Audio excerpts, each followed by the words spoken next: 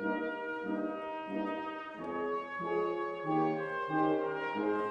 now my great privilege and pleasure to present the Yale School of Public Health Centennial CPA Winslow Medal for our distinguished guest, Professor Sir Michael Marmot, who is a world-renowned researcher in health inequities and social determinants of health.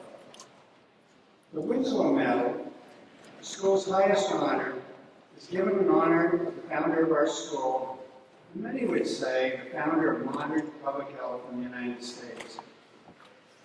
At Yale, Winslow was chairman of the university's Department of Public Health at its inception in 1915. During his 30 years at Yale, hygiene developed into preventive medicine, bacteriology evolved to include parasitology and virology, classic epidemiology evolved to include clinical epidemiology, control of communicable diseases became chronic disease control, and public health increasingly focused on social determinants of illness and health. Winslow developed public health into a premier education program which graduated not only students of his master's and doctoral degree programs in public health, but also medical students imbued with a quote-unquote preventive spirit. In 1946, Yale was the first of a small group of schools to be nationally accredited as a school of public health. Yale School of Public Health has continued to flourish, building upon the intellectual vision of Winslow and transformative scientific advances of our faculty and graduates who have become exceptional public health leaders. The Winslow Medal is awarded to world-renowned innovators with distinguished careers and outstanding achievement in public health leadership, scholarship, and contributions to society. Nominations for the Centennial Medal were sought from the entire Yale School of Public Health community, from deans of schools of public health throughout the country, as well as from key leaders in the National Institutes of Health, the Centers for Disease Control and Prevention, and the World Health Organization. 100 years after the inception of our school, and with health access and equity continuing to be formidable global health challenges, it is fitting to award the CPA Winslow Medal to an individual named by those nominators repeatedly, Professor Sir Michael Marmot, one of the world's foremost health researchers. Sir Michael has led prominent research groups on health inequities for over 35 years. He currently is the director of the Institute of Health Equity at University College London. He served as chair of the Commission on Social Determinants of Health, which was set up by the World Health Organization, and which produced the report entitled Closing the Gap in a Generation. At the request of the British government, he conducted a strategic review of health inequities in Britain after 2010, which produced the report Fair Society, Healthy Lives. This was followed by the European Review of Social Determinants of Health and the Health Divide for WHO Europe.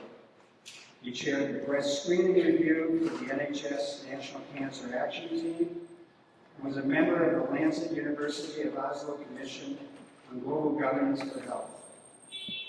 He is principal investigator of the Whitehall studies of British civil servants. And since the original Whitehall study was started in 1967, he has studied, among other issues, soil gradients and cardiovascular disease among British servants. He also leads the English longitudinal study of aging and is engaged in several international research efforts on the social determinants of health. He served as the president of the British Medical Association in 2010 and 2011, and is the new president of the British Lung Foundation. He is fellow of the Academy of Medical Sciences, an honorary fellow of the British Academy, and an honorary fellow of the Faculty of Public Health at the Royal College of Physicians. He was a member of the Royal Commission on Environmental Pollution for 6 years, and in 2000 he was knighted by Her Majesty the Queen for services to epidemiology and the understanding of health inequities.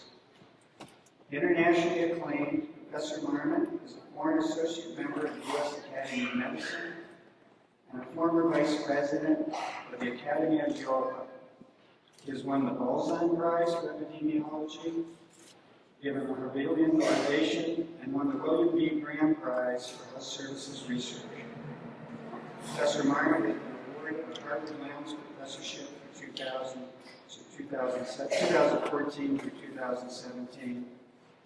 And as of this year, he is also president of the World Medical Association.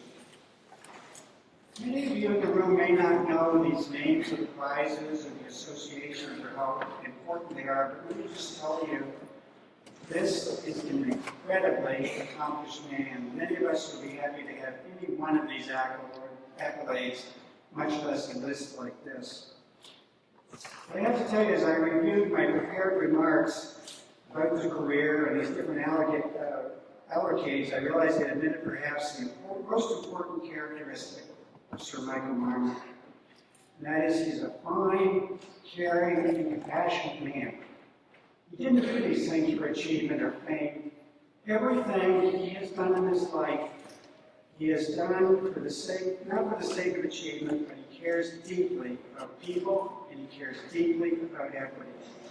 There are few people in the field of public health who have had such a profound impact on health equity, or to go back to Winslow's words, helping every citizen to realize his birthright of health and longevity. It is thus an extraordinary honor and privilege for me to present the CEA Winslow Medal to Professor Sir Michael Marmot. Please welcome him to receive the Winslow Medal and deliver the 2015 Commencement Address.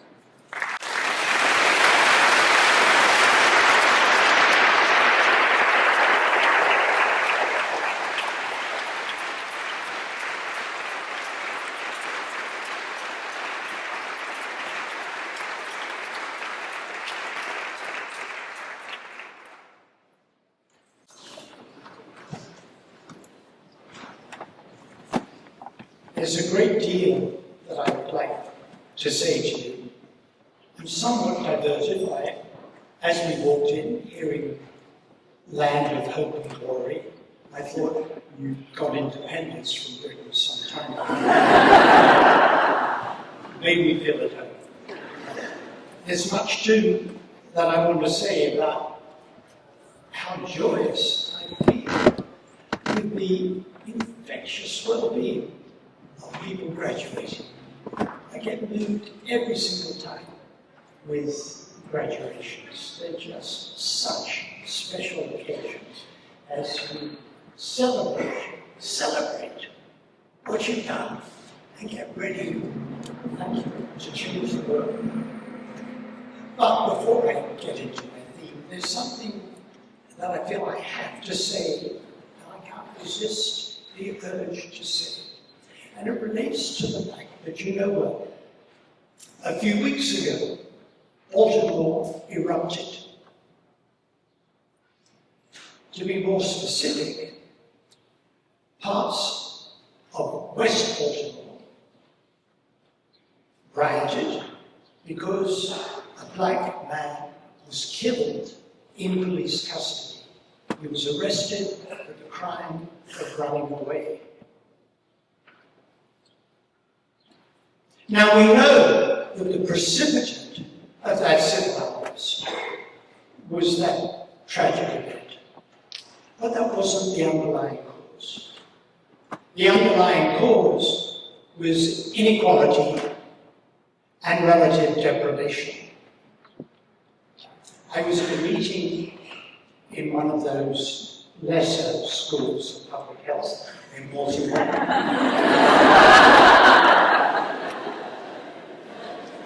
You've probably heard of it, so I need to mention the name. I was at a meeting at this School of Public Health in Baltimore, and a couple of young doctors said, "You can't just sit here, come on. We're taking you to see Baltimore." So they took me to the Roland Park area, which I looked up the figures afterwards, median income $90,000. Beautiful, leafy, manicured lawns. I saw one person of colour. It was a gardener. And then they took me to the Upton Druid area of West Baltimore, where the riots happened. Every second door on some streets had a diagonal red cross, and they told me that means that those dwellings have been condemned. If there's a fire or some other emergency, the emergency services will not go in there. Young people hanging around on the street corner, what we call in Britain, youth not in education, employment, or training. We know what the high school dropout rate is in the Upton Druid area. 2/3 of people in Roland Park go on to college and complete college, 10% in the West Baltimore area. Why am I saying all this? Because male life expectancy in that area of West Baltimore is 63, and in Roland Park it's 83.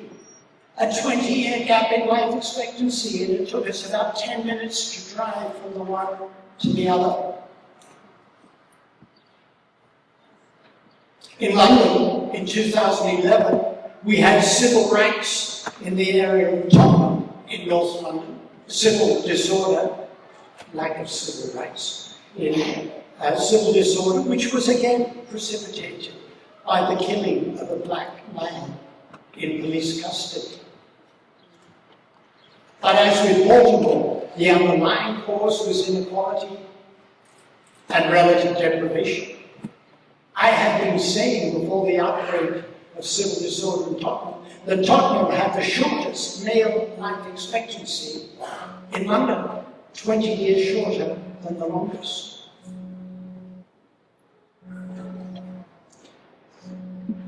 Some of our senior politicians, when the riots happened in Tottenham, said this is criminality, pure and simple. To misquote Oscar Wilde, criminality is never pure and rarely simple. One of the newspapers found one of the rioters who owned a motor car, and they said it's not related to poverty. What? Of 100 rioters who came before the law, 91% were not in employment, education, or training, compared with a national average of 10%. In epidemiology, we never find correlations like that. This was related to young people who do not have a stake in the future, who have nothing to lose from rioting and civil unrest. Now, I don't think that poor health causes civil unrest, nor do I think that civil unrest causes poor health. I think there are common causes of the kind of relative deprivation that leads to civil disorder and leads to poor health. And behind it all is inequality. Not just income inequality, but economic and social inequality. Inequality is stretching the binds of a cohesive society. And those binds, at least temporarily, snapped in Baltimore, as they did in Tottenham. As it turns out, one of my sons has just moved into Tottenham because housing's cheap. I can imagine some of these young men standing around on the street corner saying, there goes the neighbourhood. Once the Cambridge graduates start to move in, there's no knowing where it'll end up. If health inequalities are related to social and economic inequalities, and all societies have social and economic inequalities, the question is it all hopeless? Well, the fact is, the magnitude of social and economic inequalities varies across society. And, I should say, that these health inequalities are not simply, as it is, poor health for the poor and good health for everybody else. but they follow the social gradient. People near the top of society have worse health than those at the top. People in the middle have worse health than those near the top. All the way from top to bottom. But the steepness of the social gradient varies. We did a study across 15 European countries. If you look at male life expectancy at age 25, Sweden has the longest male life expectancy at 25, and the shallowest gradient, the narrowest gap between those with primary education and those with tertiary education. Estonia, Hungary, Romania, Bulgaria, countries from the Central and Eastern Europe, former communist countries, have much bigger inequalities and lower average. And I imagined a conversation, and the difference is enormous. I mean, the gap is 17 years between those with least and those with most education in Estonia, 15 years in Hungary, and 5 years in Sweden. And I imagined a conversation between a parent in Hungary and a child. And the parent says, "You must work harder in school." And the child said, "I'm a child. I want to nourish my soul and gladden my heart and smell the flowers and touch the blue crystal." This is a very lyrical child. You say to your child, no, if you go to university, you'll have a longer life. I'm a child, for goodness sake. Why do I care about having a longer life? At the end of my life, I want to be a child. No. Let me explain, you say to this child, slightly regretting that we've begun this conversation. Let me explain, you say to the child. A long life is an indicator of a good life. Parenthetically, I think long life expectancy is an indicator of a good society, a society that's working well, its citizens have good health. So you say to your child, a long life is a measure of a good life. And in Sweden, they all live much longer, and in particularly those with university education live much longer than in Hungary. The child says, if a long life, or if you must, a good life, was so important to you, why did you not arrange for me to be born in Sweden? And you say, eat your vegetables. And the child says, pulling rank is the last vestige of a scandal. This is no religion. You say, okay, good point. Education does two things. Always and everywhere, education gives you life skills, like management skills. Whatever the situation you find yourself in, education enables you to manage it better. But it does something else. Education also gets you a better job, a better income, and a better place to live. Now, in Sweden, in Norway, the difference in those living conditions between those with less and those with more education is quite small.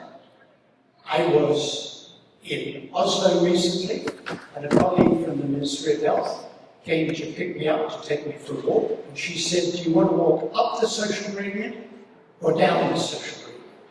I said, down. So we went for a walk, and she said, we're here. What do you mean, we're here?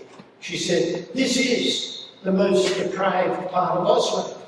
And I looked around and said, this looks like slums done by the Swiss. I almost expected to see flowers in window boxes. You call this a slum?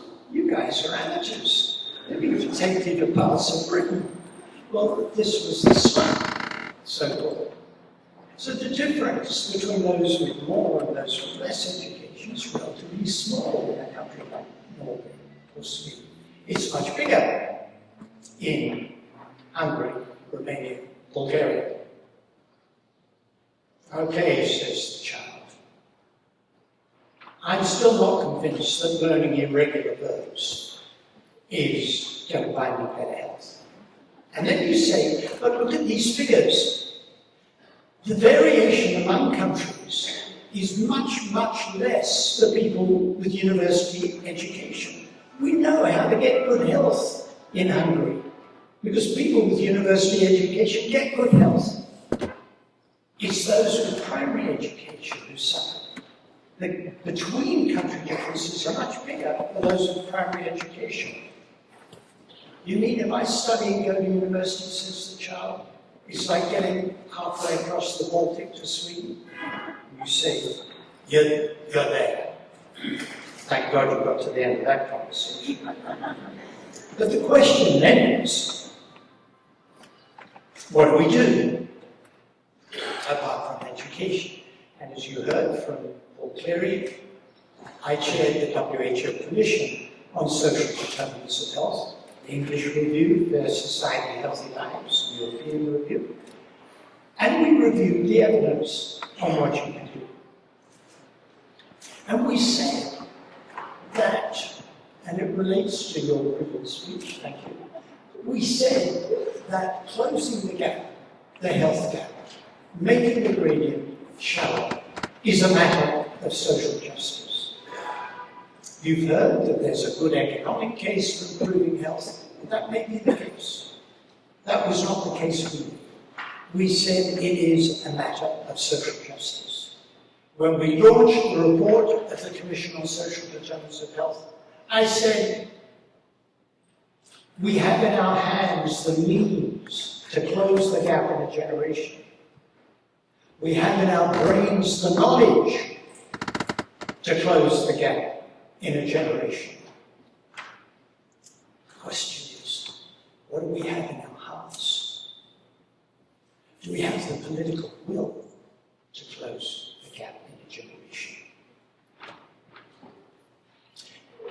There's a lot of poverty in the world. Can I really justify the statement that we have the means to close the gap in a generation?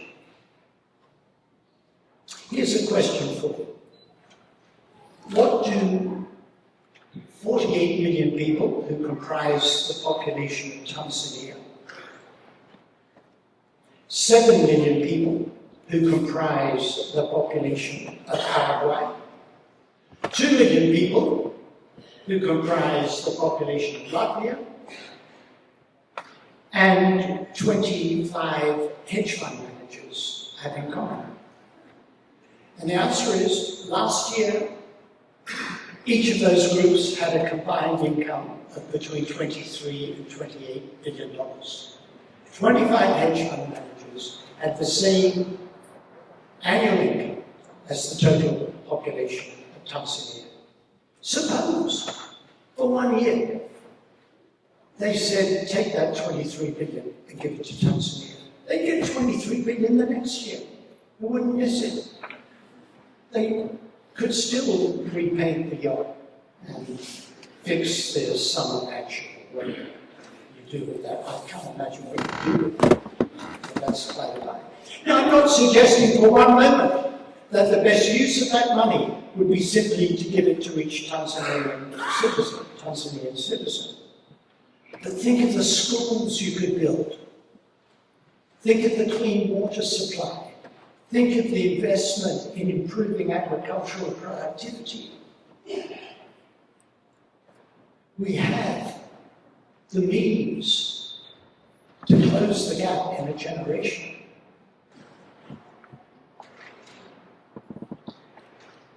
I said that we have the knowledge. Do we really have the knowledge? I've been a researcher all my life. I finished every scientific paper, almost like you finished yours. More research is needed. That's what you do. When you finish a paper, if somebody says, so what? You say, so I'll write another paper. Never finish. So one question leads to another. And maybe it was an age thing. But at some point, I thought, we needed to finish our papers saying, more action is needed. We always need more research. But at the same time, we need more action. And when young people ask me, well, what should I do? I'm committed to trying to redress the health consequences of social injustice in the world. Should I be doing research? Should I be doing action? And I say yes. We need them both, and we need them at the same time. In my English review, we had 6 domains of recommendations: early child development, education and lifelong learning, employment and working conditions. We said that in a rich society like Britain or the United States, everyone should have the minimum income necessary for a healthy life. What a radical idea. Everybody in our population should have enough to live on. The 5th was sustainable places in which to live and work, and the 6th was taking a social determinants approach to prevention: smoking, drinking, diet, and the usual stuff of preventive medicine. Let me take one of those, early child development. We see all over the world, and we've been monitoring this in Britain, a social gradient in early child development, in cognitive development, linguistic development, social and emotional and behavioral development, a social gradient. The lower the economic or social standing of your parents, the worse the social gradient. Now, if you show this graph to people, those on the right, politically, say it's poor parenting. And those on the left, politically, say it's poverty. And I say you're both right. The conditions in which parents try and bring up their children makes an enormous impact on their ability to be parents. If you're a single mother, wondering how to make ends meet, if your family income in Upton, in Druid, and Upton in West Baltimore is $17,000, I said it was $90,000 in Roland Park, and you've got to spend 40% of that to run a car, because the public transport's so bad that you can't get around. That puts real pressure on your ability to be a good parent. But policy makes a difference. I'm going to give you some numbers. You've got to concentrate. We've been looking at child poverty, where poverty is defined as less than 60% median income. Compare Latvia and Sweden before taxes and transfers. Child poverty in Latvia was 35%, in Sweden was 32%. Got that? Latvia 35%, Sweden 32%. After taxes and transfers, in other words, what the Minister of Finance does, child poverty in Latvia went from 35%. Still up around 25%. In Sweden, it went from 32% to 12%. You may wonder, where's the US on all this? After taxes and transfers, child poverty in the US is higher than in Latvia. You live in a democracy. This must be the level of child poverty that you want. Otherwise, you get a bunch of politicians who did something different. I was addressing the American Public Health Association, and I said, Republican, Democrat, I couldn't care less. This is your children we're talking about. Your children's well-being and their futures. Is there a politician in the land who would say, I don't care about children? And somebody called out, you'd be surprised. I think these issues are too important to get tied up with party politics. And they're too important to get tied up with cultural and religious politics. I I was in Iran recently, the Islamic Republic of Iran. We went there when I was chairing the WHO Commission on Social Determinants of Health. I kept having to make speeches all the time. And at one point we were in some gathering, and I'm looking at the program, and it says speech by WHO representative. I said, who's that? They said, that's you, you're on. So I got up there and said, there've been many unexpected pleasures. Visit to Tehran, not the least of which was making a speech right now. But we met Mr. Rafsanjani, one of the Ayatollahs, a former president, and he said to us, 1400 years ago, the Prophet came and taught that there were two fundamental human needs: psychological security and health. And they're linked. And he said, Mr. Rafsanjani, not the Prophet, and Mr. Rafsanjani said, rationality and experience would lead you to the same conclusion. And I thought, rationality and experience, that's not a bad description of research. That's what we do. We experience, we gather data, which is experience, and we apply rational thought, we analyze it. And in fact, on those rare occasions when I'm at home doing research, a lot of my research has been about the link between what goes on in the mind and health. So I said, members of this commission represent the world's great religions and humanism and scientific inquiry. But if, from our diverse backgrounds, we reach the same conclusions as you, then we go forward in brotherhood.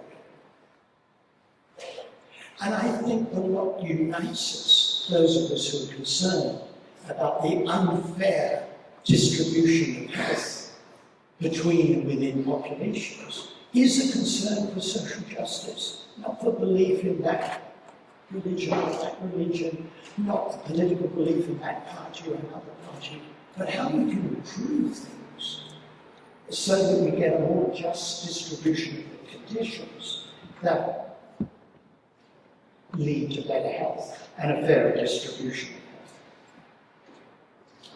health. I was at another school of public health that I won't mention, not quite as famous as this one, the way up the East Coast. This Boston, Boston. And somebody, we were having a discussion, and somebody asked me almost with despair, well, look, if the average American is doing all right, how do we convince them that to do things differently so that the more disadvantaged will benefit? How do we make progress? And my response was twofold. Firstly, the social gradient. So even if you couldn't get people interested in poor people any more than you could get them interested in the Siberian leopard, I'll give $10 tomorrow to a fund to save the Siberian leopard. I don't know if there is a Siberian leopard. And I'm quite concerned about poor people, and I'll give $10 for a fund. But it doesn't touch me. Even if you couldn't get people engaged more than that, the social gradient means that you and I are involved. All of us below the very top have health worse than we would have if we were higher in the social hierarchy. And second, I said, let me illustrate something. Go into a school in the US, an average school, and count 100 15-year-old boys. 100 15-year-old boys. 13 of those boys would die by the age of 60. Is 13 out of 100 or what? Well, it turns out it's double what it is in Sweden. It turns out that the US figures is very similar to Turkey and Tunisia, to Jordan, and the Dominican Republic. The chance of a 15-year-old boy dying by the age of 60 in the US is the same as in Jordan and the Dominican Republic, Turkey and Tunisia. It's shorter than in Costa Rica, Cuba, Chile, Peru, Slovenia. In fact, there are 49 other countries where a 15-year-old boy has a greater chance of surviving to age 60 than in the United States. 50 out of 194 member states of WHO. That's not great. So when somebody asks you, why should I be concerned? There's the social gradient, but the whole country is not doing really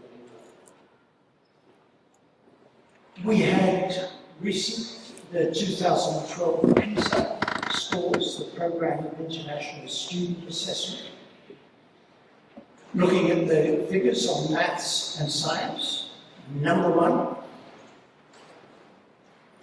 number 2, number 3, number 4, and number 5 are all Asian countries: Singapore, Hong Kong, Taiwan, Japan, Korea. The first non-Asian country is Finland, who have a remarkable education system. The UK, we thought we were brainy. The UK ranks 20th. The USA ranks 29th. Remember all those Polish jokes? Poland ranks higher than the UK. The joke's on us, folks. They're probably right now in Poland telling jokes about stupid Englishmen in Poland who can't figure things out. So we have a lot of work to do. Let me come back to Charles Edward Avery Winslow, of why I'm so honoured and delighted to get the Winslow Medal. In 1890, Winslow said that public health was an engineering science. He said in 1890, public health was an engineering science. Writing in 1940, he said that public health was a medical science. And he said in 1940, the future of public health is a social science.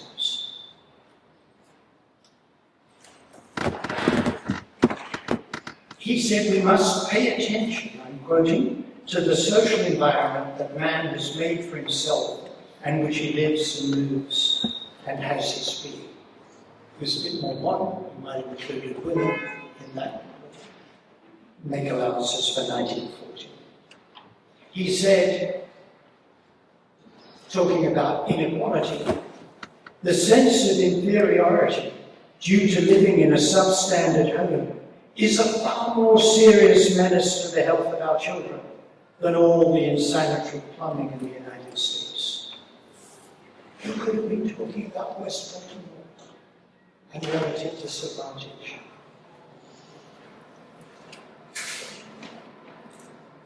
And my American colleagues say, but isn't it hopeless? This all makes such perfect sense. It's so logical and rational. But is anybody doing it? And my answer is yes. In Peru, in Colombia, in Brazil. In England, I was invited to the English city of Coventry because they were celebrating 2 years as a Marmot city. And they wanted my permission to have another 3 years as a Marmot city. I met a local government person from Manchester who said, oh, you're Marmot. I didn't know Marmot was a person. We talk about implementing Marmot.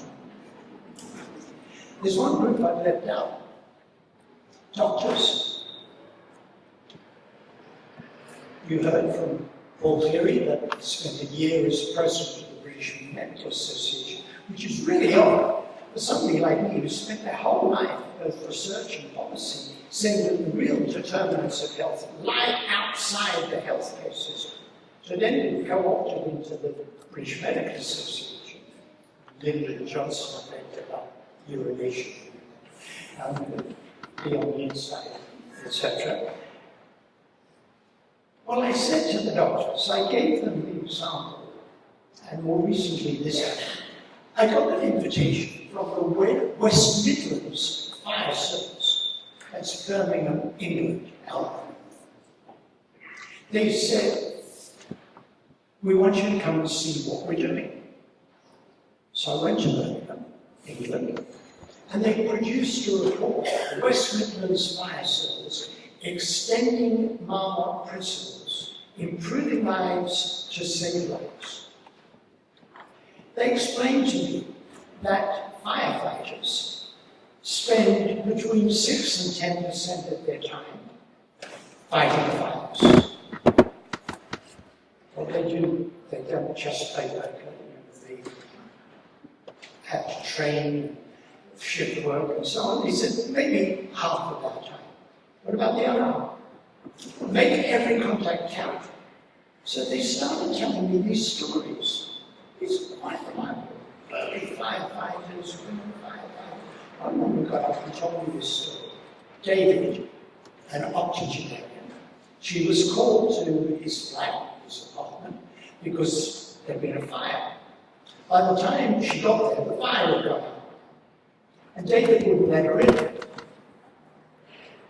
And she tried for 3 weeks to convince David to let her in. Finally, he let her in. Turned out he lived by himself.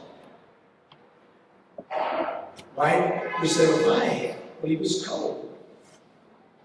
And they turned the gas off. She said, what do you do here? He said, well, I don't do anything. You watch television? I used to before they turned off the electricity. Do you see anybody? Well, occasionally you walk to the corner store to buy some biscuits and tea bags, and that was it. So she got busy. Her dad, the firefighter's dad, wondered where his old clothes were going, because she clothed him. She cooked him Christmas dinner. She got medical services to come and attend to it. She found out he had a sister living 3 miles away, and neither was aware of the other's existence. Put him in touch with his sister. And finally, she got him rehoused. This is a firefighter. They go from the beginning of life to the end of life. If a firefighter goes into a house and suspects domestic violence, they're not equipped to deal with that. But they do know who to contact, who is equipped to deal with gender-based violence. Make every contact count. So then I went running back to the British Medical Association. Said, if the firefighters can do it, you can do it! Isn't this important? Not just to treat the sick person in front of you, but to address the conditions that made them sick in the first place.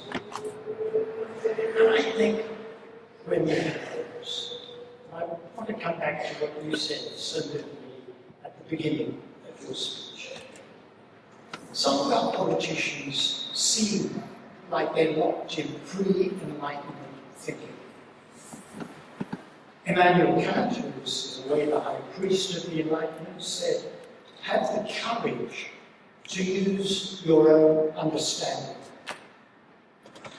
I say we graduated from this wonderful, fine university, better than those other places,